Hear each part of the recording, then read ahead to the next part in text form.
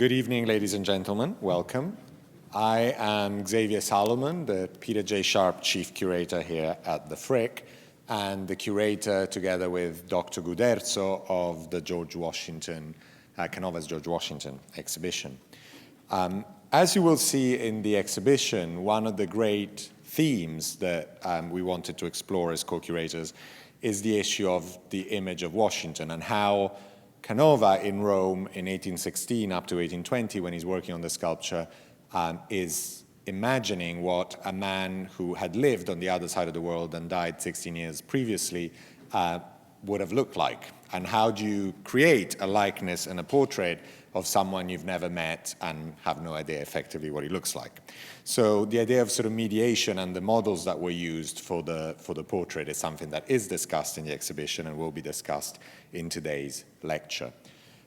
Behind the story of Canova's George Washington, other characters emerge, and of course the three main characters are Canova himself, George Washington, the first president, and one of the greatest founding father, and Thomas Jefferson, the third president, who was also instrumental in this commission, together with a whole large group of other people, the American consul in Leghorn, Thomas Appleton, the other sculptor Raimondo Trentanove, and a group of other people whose stories are explored in the catalog of the exhibition.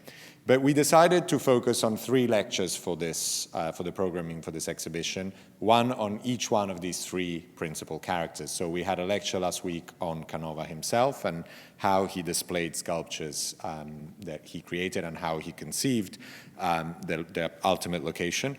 And we will have a lecture in September by Susan Stein from Monticello about Thomas Jefferson and the arts. But it is a great pleasure for me tonight to introduce Dr. Susan Schoelwer from George Washington's Mount Vernon, who will talk about the sitter, the principal character of the sculpture we are hosting here at the Frick, George Washington himself, the great man. Dr. Schoelwer got her BA from the University of Notre Dame, an MA from the Winter 2 program at the University of Delaware, and finally a PhD in American Studies from Yale University. She is now the Robert H. Smith Senior Curator at Mount Vernon, and there she works on the reinterpretation and refurbishment of the house, the mansion rooms, and also the wonderful museum exhibitions there. The space has been renovated fairly recently, and there is a wonderful award-winning exhibition on at the moment, which is called Lives Bound Together, Slavery at George Washington's Mount Vernon. And for those of you who've seen it, it's a truly fascinating exhibition. She has worked at the Connecticut Historical Society and has worked obviously on a number of volumes and lectures on George Washington, on Mount Vernon, on the issues of landscape, Western American art, Connecticut needlework, even tavern signs. So this evening she will talk, her lecture is entitled Facing Washington, the Classical Tradition, and she will discuss exactly this issue about how to portray Washington and different ways of doing so. I would like to remind you all that the lecture is being streamed live and it will be available for viewing later on.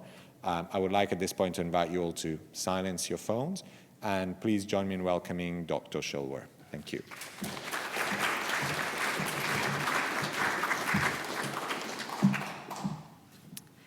Thank you very much. I'm really delighted to be here tonight and congratulate Xavier and the Frick on this really wonderful exhibition and the marvelous objects you've been able to bring together. And so I want to begin with a brief anecdote. When my son was 4 or 5 years old, he came to me with a question. Mommy, why did George Washington die? Well, I wasn't a curator at Mount Vernon then, so my knowledge was fairly thin. Well, he got sick and he died. But why did he die? Well, I think I said he had pneumonia, which wasn't actually true, but he couldn't breathe, and he died. Well, he kept going in the way that children will, but why, but why, but why?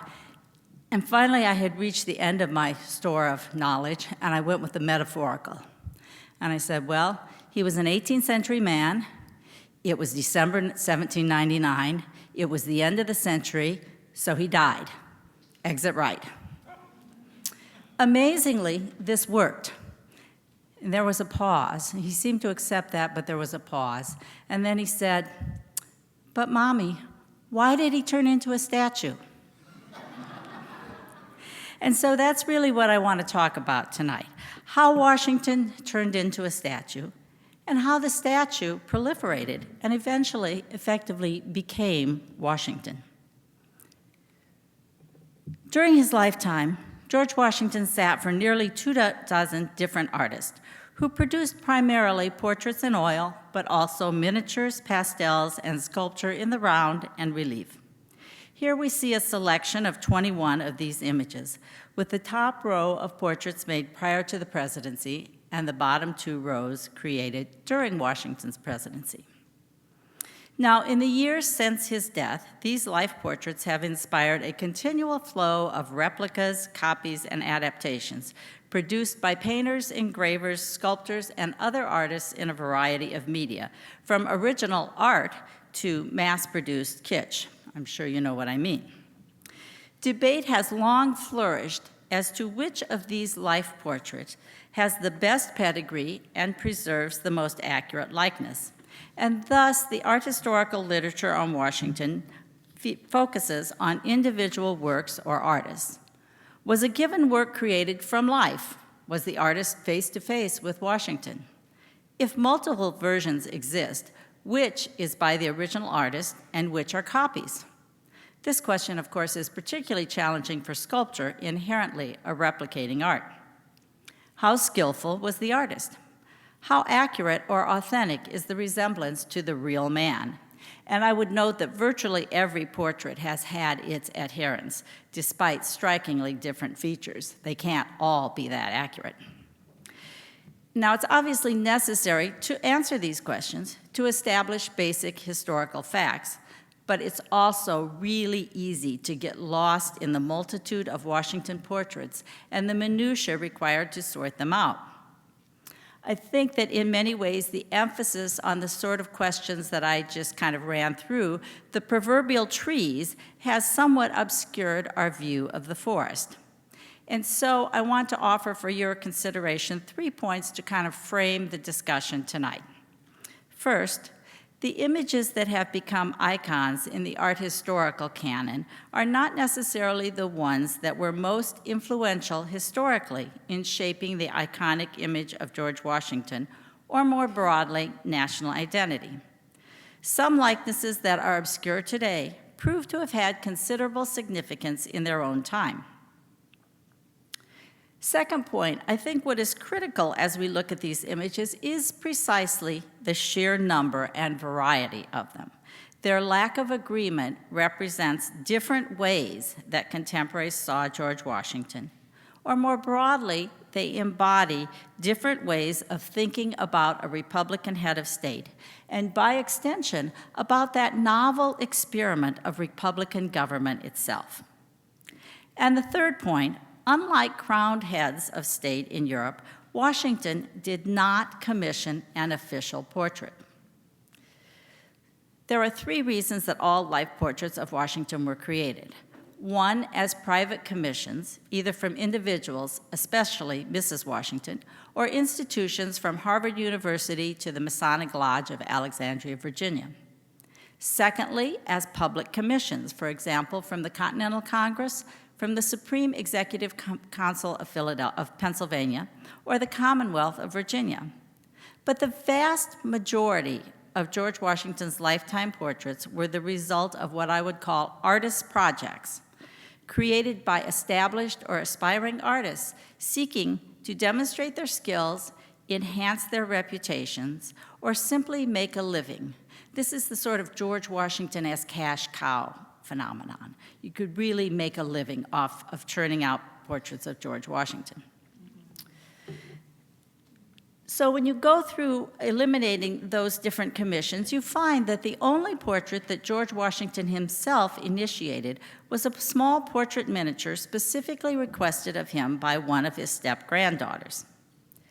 Thus, it seems entirely possible that if left to his own devices, we might have no visual record whatsoever of George Washington's appearance. This evident lack of interest stands in striking contrast to many of his peers in colonial and federal America who were keen to have their portraits painted. More significantly, Washington conspicuously eschewed the established protocol of ordering an official state portrait upon his accession to office. As deployed by hereditary monarchs, the state portrait represented a potent assertion of authority. Its creation necessarily emanated from the monarch, him or herself, shortly after the accession to power, thus proclaiming the legitimacy of a new rule. Oil copies were hung in official residences and government buildings, displayed by subjects as evidence of fealty, and sent with officials to far-flung imperial possessions. Smaller engraved versions were available for public consumption. Now, Gilbert Stuart, as most of you I'm sure know, the most accomplished American portraitist of the age, brilliantly adapted the established vocabulary of monarchical portraits to the depiction of a Republican executive, transplanting these visual tropes so successfully to American soil that his Lansdowne portrait, which you see in the center here, is today widely assumed to have been created under similar circumstances and for similar purposes. Had Washington wished to emulate the example of crowned heads of state, we would expect him to have commissioned something just like Stuart's portrait early in his first term.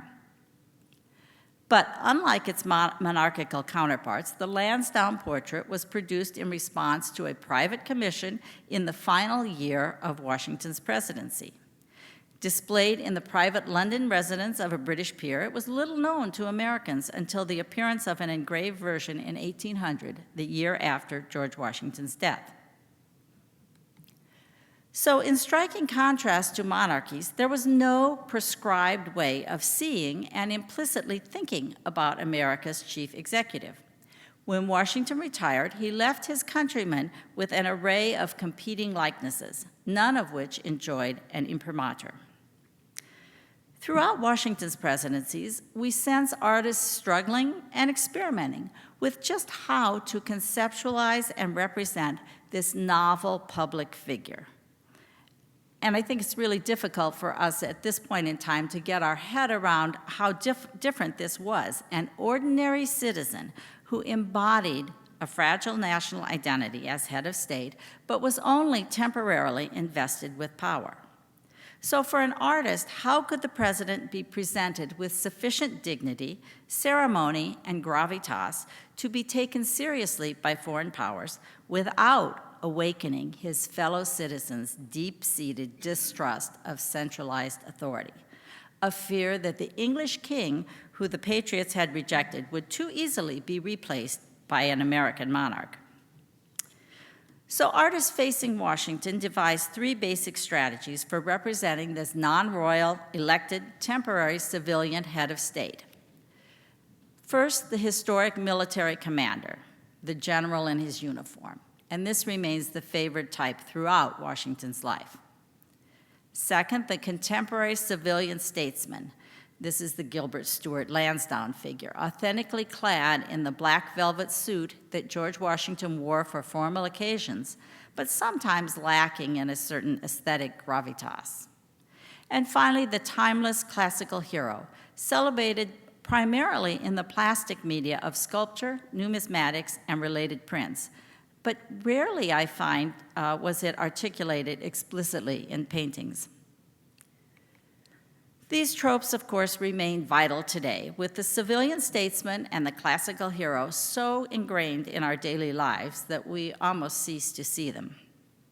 And so I'm grateful to the Frick for this exhibition, featuring the beautiful full-size modello of Canova's George Washington, and this opportunity for me to engage with the classical tradition in Washington portraiture. So to set the stage for our encounter with Canova, I want to focus tonight on his three predecessors in the classical tradition of Washington portraiture, Jean-Antoine Houdon, Giuseppe Ceracchi, and preceding both of these, a rather obscure American, Joseph Wright of Bordentown, New Jersey, better known probably as a painter than a sculptor, but not to be confused with the contemporary English artist Joseph Wright of Derby. In June 1784, less than a year after the signing of the Treaty of Paris officially ended the American Revolution, the Virginia legislature resolved to commission a full-length, quote, statue of General Washington to be of the finest marble and the best workmanship, unquote. The governor wrote to the Commonwealth's favorite son, Thomas Jefferson, for advice. And Jefferson, recently arrived in France, replied, quote, there could be no question who should be employed, the reputation of Monsieur Houdon being unrivaled in Europe. Not content with working with a painted likeness that had been sent to Paris for that purpose, Houdon undertook a time-consuming and risky journey to America. He even demanded the Virginia legislature come up with a life insurance policy in case anything happened during the trip. He spent 2 weeks at Mount Vernon, observing Washington in his everyday life and taking the measure of his character and his person, making sketches and notes and overseeing the production of bust-length life molds of his face and head. And here I'm particularly grateful to the sculptor Stuart Williamson for his insights on the process. From this life sitting, Houdon ultimately created 5 distinct compositions. A 3-dimensional hollow bust of low-fired clay, which you see on the left, created by hand-pressing the wet clay into the bust-length life molds, with the detail then added when the clay was leather hard.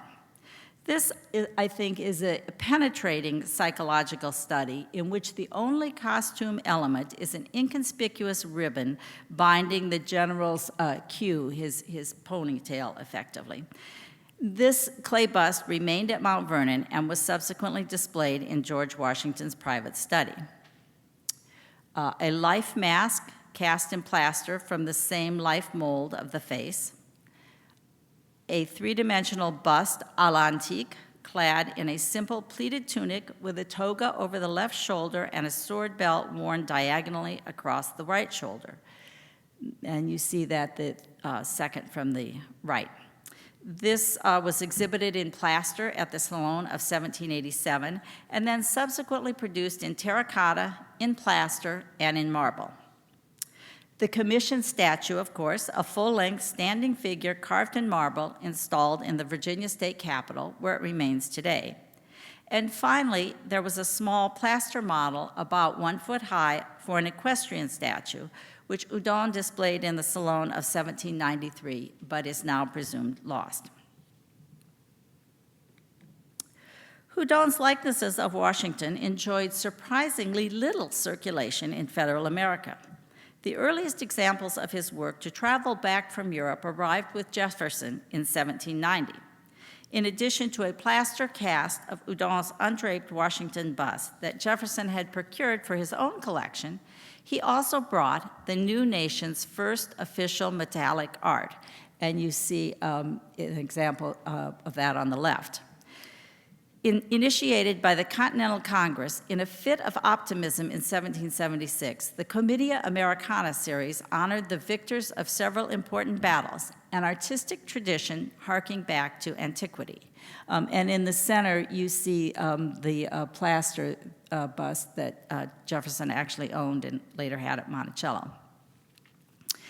The first and most important medal in the Commedia Americana series was Washington before Boston, and it featured a profile portrait based on Houdon's undraped bust, designed by Duvivier, a friend of Houdon and engraver to the king.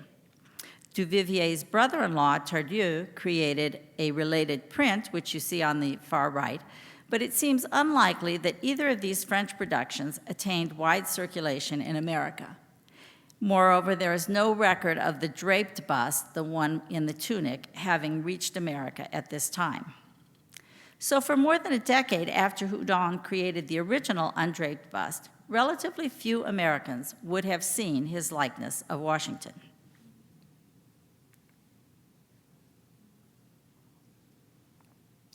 Not until May 1796 did Houdon's full-length statue take its place in Richmond. He offered a hybrid portrait surrounding a modern, uniformed figure with accoutrements referencing antiquity and Washington's celebrated role as the American Cincinnatus. Washington's right hand grasps a gentleman's walking stick, while his sword and field cloak hang out of action from the bundled fasces, a Roman symbol of authority. Here comprised of 13 rods representing the now United States. Behind him stands a plow, a potent, and you can just see the plowshare behind Washington's feet. A potent allusion to the ancient Roman general Lucius Quintus Cincinnatus, who left his plow standing in the field when called to save Rome from attack, then famously returned to his farm, relinquishing power. The choice of uniform rather than antique drapery corresponded to Washington's own preferences, one of the few occasions on which he is known to have expressed an opinion on how he wished to be portrayed. Jefferson had asked Washington's view on, quote, what is called the costume of the statue, whether there is any particular dress or any particular attitude which you should wish to be adopted. Washington assured Jefferson that, quote, I shall be perfectly satisfied whatever may be judged decent and proper, unquote. And then he proceeded to say that, quote, some little deviation in favor of the modern custom, unquote, was to be preferred by him to, quote, a servile adherence to the garb of antiquity, unquote. The modern taste, Washington continued, quote, has been introduced in paintings by Benjamin West, and I understand is received with applause and prevails extensively. Washington's comment underlines his awareness of the contemporary debate over the appropriateness of antique versus modern costume in heroic art. In sculpture, as in painting, the death of Major General James Wolfe in the British victory over France in the Battle of Quebec in 1759 was a major inflection point. Proposals for a monument offered a range of antique and modern options for the tragic dress scene, as we see here. So we have Wolfe in a Roman costume on the left, Wolfe in modern costume on the right, and allegorical figures all around him. The winning design by Joseph Wilton struck what was then an innovative compromise, combining historical narrative and classical allegory in what critics called, quote, mixed allegory. The dying wolf is a heroic nude, his uniform and accoutrements removed and set aside, but clearly visible to the left of his feet, your left. Uniform figures support him, while the allegorical figure of fame hovers above, poised, waiting to award a laurel wreath. So here's fame with the laurel wreath, and here's the uniform and accoutrements. By the time Wilton's monument was installed in Westminster, Benjamin West had firmly secured a place for the modern in the vocabulary of history painting, with his monumental tableau seen on the right, peopled entirely in contemporary dress. When the Houdon statue arrived in Virginia, it was arguably out of date. Far from being the retired Cincinnatus, Washington was near completing his tenure as chief executive. In fact, he had not yet announced his determination to retire after the second term, and there were many who thought that he should continue in office. Gilbert Stuart was already at work on the Lansdowne portrait, celebrating the civilian statesman, and Giuseppe Ceracchi had come and gone. The politically idealistic Italian had proposed to Congress a truly grandiose monument.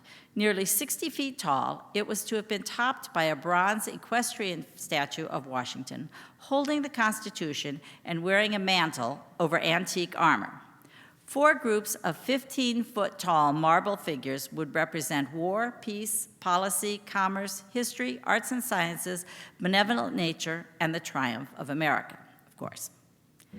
From sittings in 1791-92 and again in 1795, Ceracchi produced first a colossal terracotta bust, seen in the center, and then a marble. Washington permitted the marble to remain on view for some time at the President's house as a courtesy to promote its creator's, quote, abilities as a sculptor, unquote. But when Congress refused to approve his cherished monument, Ceracchi, being somewhat piqued, shall we say, sent George Washington an unexpected bill for the sculpture, which the president indignantly returned the bust. Cherokee died in 1802, having been convicted of conspiring to assassinate Napoleon. Never a good move. His sculpture lived on through numerous copies in marble and plaster, colossal, life, or half-life size, and either plain, that is, undraped, or in heroic garb. By 1831, there reportedly were not less than a dozen, unquote, of these in collections in Charleston, Washington, Baltimore, Philadelphia, New York, and Boston, including a marble purchased for the White House in 1816, which you see on the screen second from left. Engravings published in Washington biographies provided even greater visibility. Now, as Xavier mentioned, one of the most influential figures in these commissions was Thomas Jefferson, among the most avid and influential advocates of the classical tradition. And I think it's interesting to sort of follow him through the years with the different commissions. In the 1780s, he had recommended Houdon as, quote, without rivalry, the first statuary of this age. And as we've seen, he personally acquired the undraped Washington and 6 other Houdon busts for his own collection. In the 1790s, Jefferson lauded Cherokee as, quote, a very celebrated sculptor of Rome, unquote. At Monticello, he displayed Cherokee busts of both himself and Alexander Hamilton, and he expressed interest in acquiring a plaster cast of Cherokee's Washington, although it's not clear whether he actually did so. 20 years later, his enthusiasm persisted. In 1814, he insisted that Cherokee's original plaster was, quote, the only original from which Canova's statue can be formed, unquote, it having been, quote, universally considered the best effigy of George Washington ever executed, unquote. In that same letter, he endorsed Canova for the commission from the North Carolina State House, echoing his earlier praise for Houdon. Quote, he wrote the folks in North Carolina, quote, who should make it?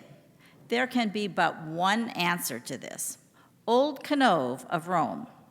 No artist in Europe would place himself in a line with him, and for 30 years, within my own knowledge, he has been considered by all Europe as without a rival. Houdon, by contrast, he now characterized as having been in 1785 the first artist in France. Now I want to turn the clock back to what was in fact the first commission for a sculpture of George Washington. This came from the Continental Congress in the summer of 1783, as Washington, the Army, and indeed all of America impatiently awaited news of the signing of the Treaty of Paris. Congress ambitiously envisioned a bronze equestrian statue with General Washington, quote, in Roman dress, his head encircled with a laurel wreath, unquote, the ancient Roman signifier of military victory.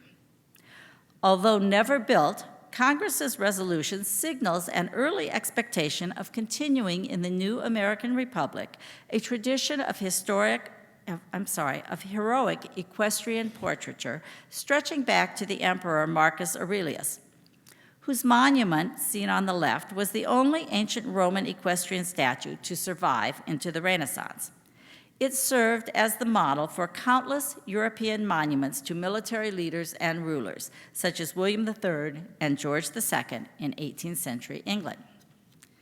The planned monument to George Washington was likely intended as the Republican successor to the equestrian monument to George III, which had stood on the Bowling Green in New York City, but was toppled by patriots in July of 1776. Congress placed its project in the hands of the minister at the court of Versailles, Benjamin Franklin, enjoining him to convey to, quote, the best artist in Europe, quote, the best resemblance of General Washington that can be procured. So in other words, part of the process was to commission someone in America to go and take a likeness of George Washington to be sent over to whoever Franklin should identify as the best sculptor. And this was 2 years before they're getting going, or a year before they're getting going with the commission with Houdon. Responsibility for this preliminary commission was awarded to 27-year-old Joseph Wright. The son of wax sculptress Patience Wright, often regarded as America's first sculptor, he had recently returned from 7 years studying art in London and Paris. And you see him in a later self-portrait with his family on the right.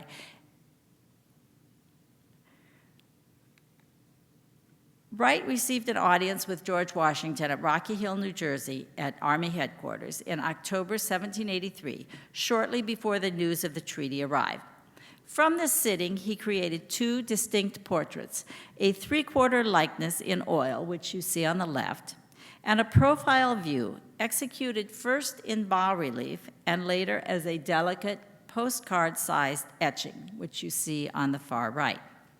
He sent Washington 2 versions of the bas-relief in the center, a large plaster 20 inches tall to the right, and a smaller wax version 6.5 inches tall. These reliefs suggest that Wright had gone beyond the brief of providing an accurate likeness and was in fact campaigning for the full monument commission.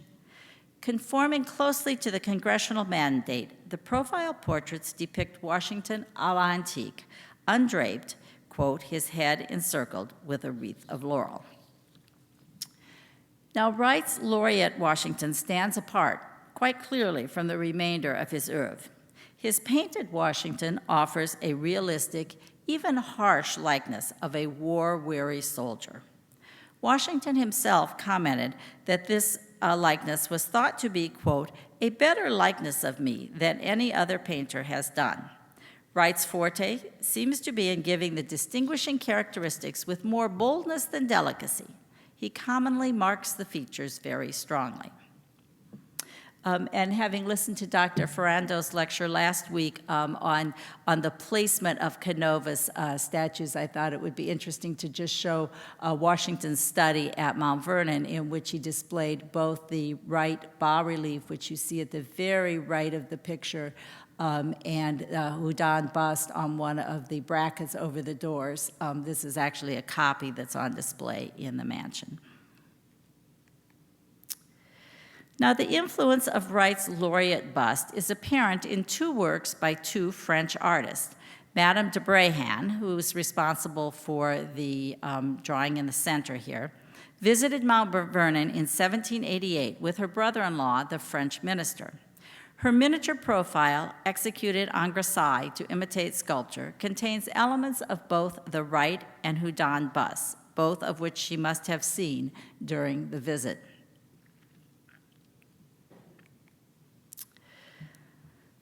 Exiled by the French Revolution, Charles Balthazar Julien Fevre de Saint-Memon came to the United States in 1793 and established a thriving enterprise making precise profile portraits with the aid of a physiognotrace apparatus. Almost immediately after Washington's death in 1799, Saint-Memon devised a unique artistic product, modern and antique versions of tiny engraved portraits. And these you see in the 2 lower images. These are actually only about 1/2 inch high, made to be inserted into mourning rings. His preparatory drawings that you see, the 2 larger drawings in the center on top, argue that he had access to both the Houdon bust and the Wright bas-relief. One features the distinctive vertical profile and laurel wreath of the Wright, with somewhat softer, fleshier features and a greater illusion of depth. The second drawing, now unlocated, has the diagonal profile and slightly more outjutting chin of the Houdon. For the final engravings for the rings, Saint-Memon used the Houdon profile, crowned by Wright's laurel leaves in the case of the one on the left, which is à l'antique. Joseph Wright had died several years earlier in the yellow fever epidemic of 1793. His most influential work was a small dry point etching of Washington, seen in the center, reworked from his profile portrait with the subject garbed now in his familiar general's uniform, sans the circlet of laurel. Through this intermediary, Wright's portrait of Washington as Roman general became one of the most widely copied portraits in the profusion of eulogies and memorials that followed Washington's death. And you see an example of the Wright image put on this memorial print on the right. So here we have four faces, each created at a different point in George Washington's life, and each offering a different perspective of their subject. How do we read them?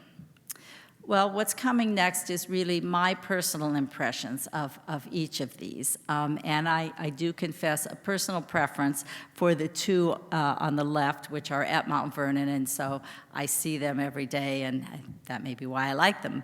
But if I had to come up with one word for each of these, my words would be for the Wright at the upper left, stern, for the Houdon, thoughtful, for the Cherokee, fiery, and for the Canova, idea. So the Wright, stern. Wright met George Washington during the last days of the war. He created the bas-relief in the war's afterglow.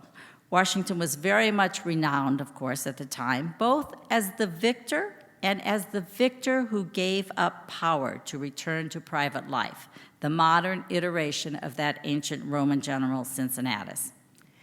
Here I think we see Washington as the stern field officer, not the retired general resting on his laurels, but the general in command focused on the battle. This is a formidable man who knows what he is about. You respect him a bit. You're a bit in awe. You want to salute, to follow him into the fray. Visually, I think he's more conquering Caesar than Cincinnatus. The Houdon, thoughtful. Houdon met George Washington during his first retirement, the often underestimated interregnum between the Revolution and the Constitutional Convention, which of course led to the presidency. He created the standing figure for Richmond amidst the violent throes of the French Revolution. The Mount Vernon bust seen here is the only one of his compositions that was actually created directly from life, not separated by distance and time. And I think it conveys the most forceful sense of the artist's impressions of the man, not the monument, but the man, to which all the others pale in comparison. Here we see the man that Jefferson and Adams never saw, or at least never could bring themselves to acknowledge. The Washington who read widely, studied men deeply, considered actions carefully. This Washington is resolute, contained, introspective, far-seeing, visionary. Not surprising that Houdon, the sculptor of the Enlightenment, should see George Washington as a man of the Enlightenment. Houdon's oeuvre was distinguished by his penetrating study of his sitters' personalities, what one critic has called his, quote, uncanny ability to make all his sitters into Enlightenment personalities while remaining conscientiously faithful to their individual physiognomies. And we do have on our website at Mount Vernon a 360-degree viewing of this bust. And it's really quite wonderful how different the expression looks when you see it from different angles. Oops. Cherokee, fiery, encountered Washington during his first term as president. Washington was then 59 years old and aiming to retire. Citing reasons both personal, his declining energy and the demanding work schedule, he was tired, and political, his conviction that establishing a successful transfer of power was necessary to complete the Republican experiment. But Cherokee was known for his own fiery temperament and his radical politics, and I think that comes through in his sense of Washington. His Washington is a younger man, filled with revolutionary fervor, a fervor that we rarely see in the actual portraits dating from his revolutionary days. This is a man, I think, of explosive temperament, also rarely seen, but also, according to always, according to contemporaries, lurking beneath the surface, kept under control only by the force of Washington's strong will.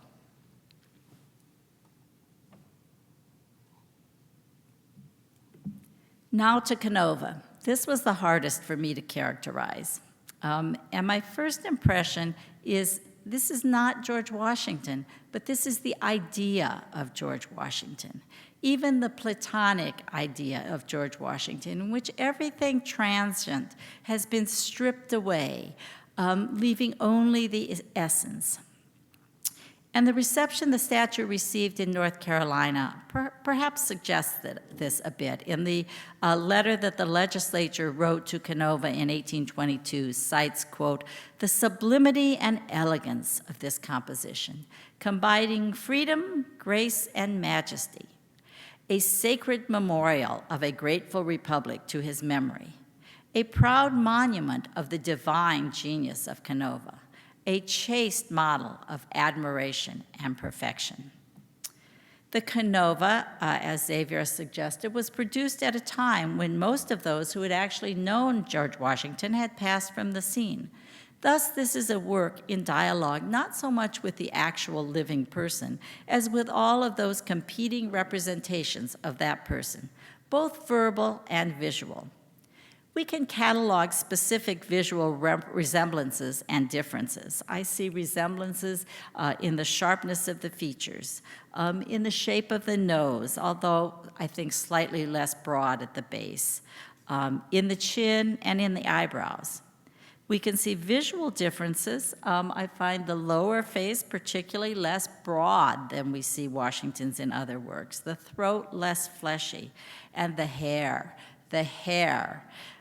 Xavier mentioned last week an article about Canova as hairdresser and Washington and Canova applying the neoclassical hairstyle to the young women of Pisano. Well, he and Cherokee have really done that with Washington.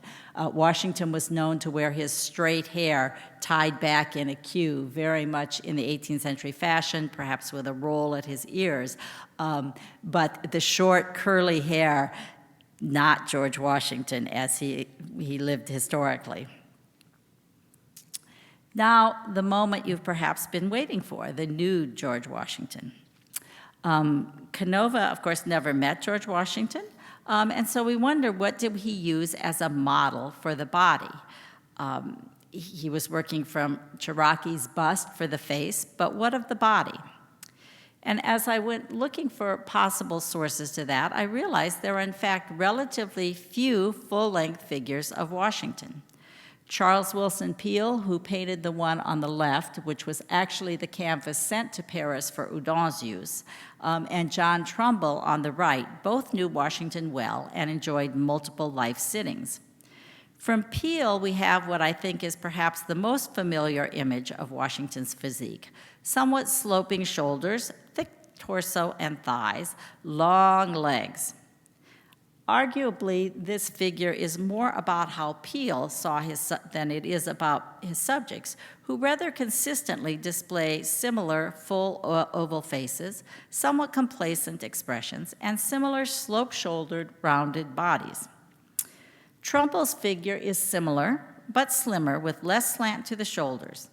Trumbull's work was based on several days' sittings with George Washington, including sessions on horseback, thus earning it, I think, a strong claim to authenticity. When Houdon was executing his full-length figure of Washington, he had to draw on, in addition to observing Washington at Mount Vernon, he had access to portraits by both Peale, the one in the center sent to Paris for his use, but also one of the ones by Joseph Wright, which had been commissioned by Thomas Jefferson in 1784 and taken with him to Paris. According to Thomas Jefferson, the Peale is better colored, more softly painted, more flattering, but less like Washington. The Wright, he said, is drier, but more like. The painter has seized the gravest lineaments of the general's face. It shews him as he was in the moments of his greatest difficulties. The actual modeling of the figure for Houdon's Washington, we know, was done with a stand-in, Gouverneur Morris of Pennsylvania. And you see the portrait on the far right of Robert and Gouverneur Morris, no relation, and you get a sense of the way Peale tended to paint the male physique. Now, Canova's figures provides, I think, few clues to his models.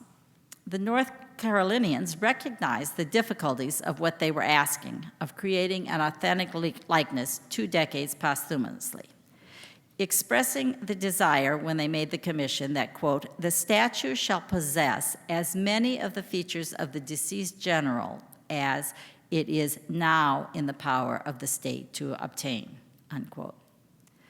To supplement the Cherokee bust that he had urged as the model for Washington's face, Jefferson recommended asking, quote, old Mr. Peale or his son, unquote, to sketch an outline from one of their many whole-length paintings of General Washington. This, he opined, should be plenty for Canova to give the outward lineaments of the body and members their true forms and proportions. Martha Washington's granddaughter suggested that a copy be made of the Trumbull portrait, on the one on the right, which she had inherited and vouched for as, quote, the exact model of his form and features, unquote. Neither of these copies arrived in Italy, prompting the American consul overseeing the commission to report that, quote, the statue was necessarily completed singly from the Cherokee bust, unquote. As was his forte, Canova sought inspiration in classical sources, among which has been suggested the 2nd century Ludovisi Aries.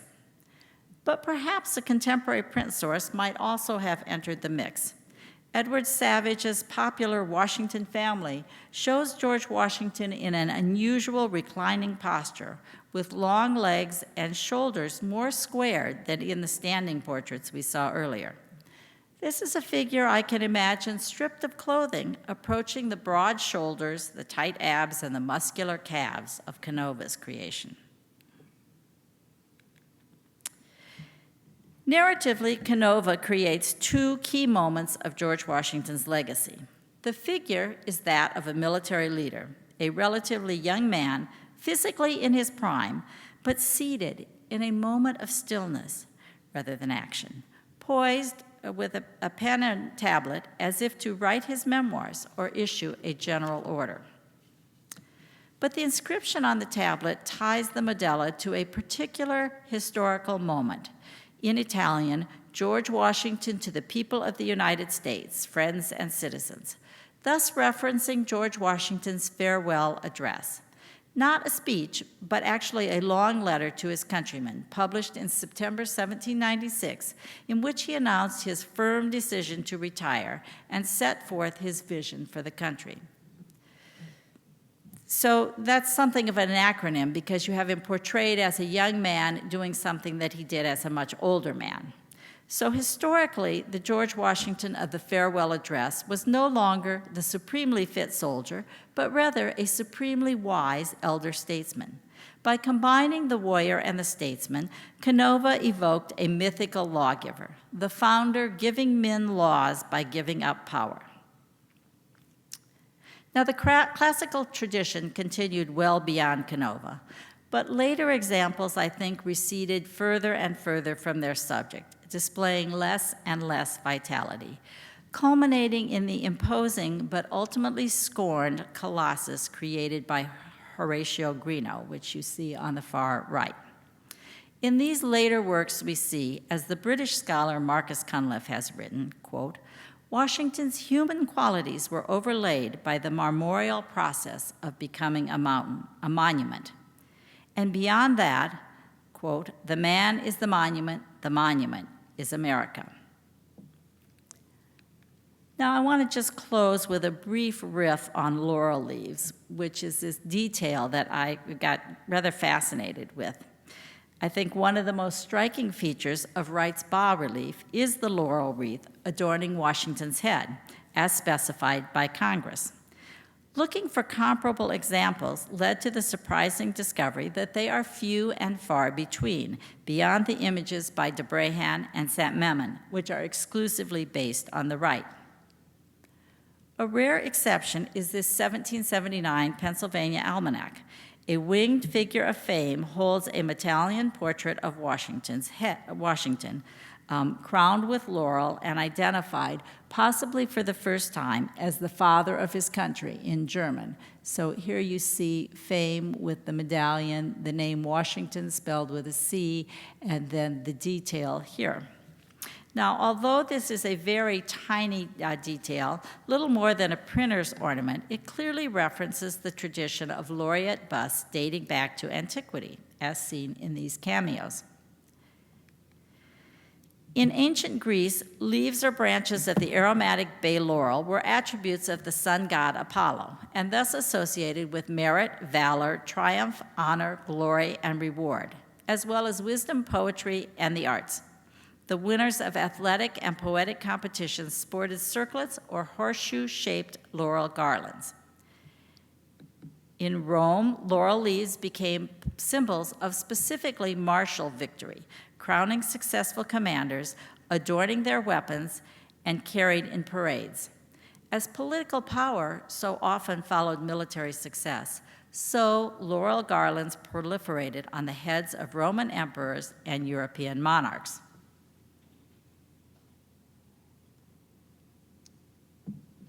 Emblem books suggest the range of meanings associated with laurel in Washington's time.